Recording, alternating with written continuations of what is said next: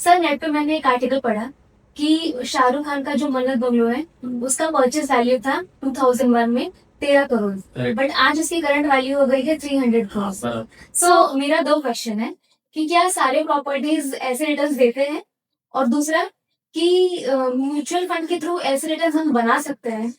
ठीक है।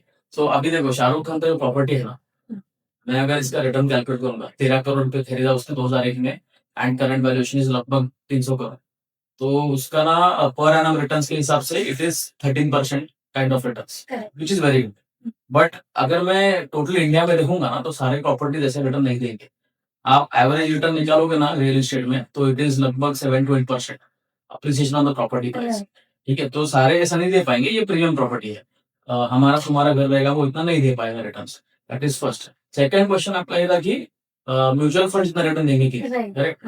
तो मैं आपको एग्जाम्पल देता हूँ, मैं फंड के नाम नहीं लूंगा, बट जस्ट एक N XYZ fund.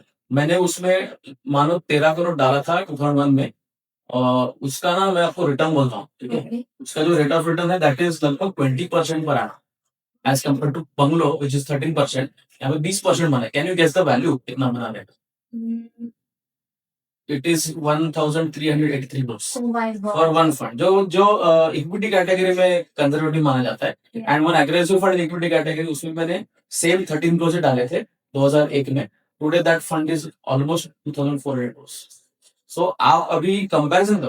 Okay, real estate जो मन्नत था उसने 300 करोड़ का वैल्यूएशन क्रिएट किया, यहाँ पे मैंने 2400 का किया, तो उसमें मेरे 8 मन्नत बंगलोज में खरीद सकता हूँ। अपार्ट फ्रॉम दैट एडवांटेज है कि यहाँ पे लिक्विडिटी बहुत ज्यादा है, तो आप कभी भी पैसा निकाल सकते। वहां पे आप घर बेचने जाओगे तो बहुत टाइम लगेगा। तो ऐसे काफी सारे हैं। तो yes, mutual funds have made money, have compounded money, and mostly it is more than what other asset classes have given in the last 20-25 years. Mutual fund investments are subject to market risks. Read all scheme related documents carefully.